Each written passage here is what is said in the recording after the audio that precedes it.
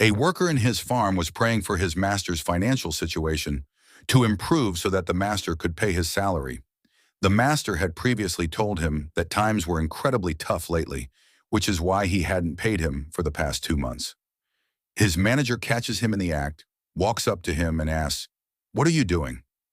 The worker replies, "I am praying to God that your situation improves and these difficult times pass, so that you all can pay me the salary you've owed me for the last 2 months."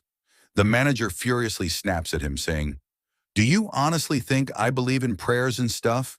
Just mind your own business and work." The poor worker responds, "I was only praying for your well-being so I could get my salary. Things are terrible at my house. We have nothing left. Today I left my children crying out of hunger."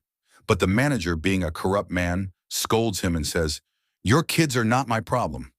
The worker then tells the manager, "The neighbor next door is offering me work.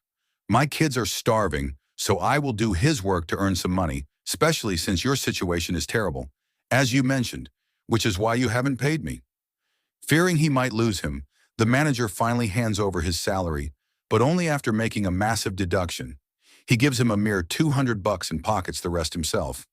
The worker is devastated, realizing that not only was he denied his past 2 months' pay, but now he was only given $200, which wouldn't even cover his house rent. Meanwhile, the landowner, who was the actual boss, passes by and asks about his distress. He replies, "I am worried because of the farm's poor financial state. My kids are starving at home, and even after 2 months, I received a deducted salary." The boss is shocked and says, "But the farm is doing great. There are no financial issues here." The worker then reveals the entire story, explaining how the manager withheld his pay for 2 months, claiming times were tough, and had just handed him a mere $200. The boss confronts the manager for an explanation. At first, the manager denies everything, but the boss states, "I saw the worker counting the $200 myself."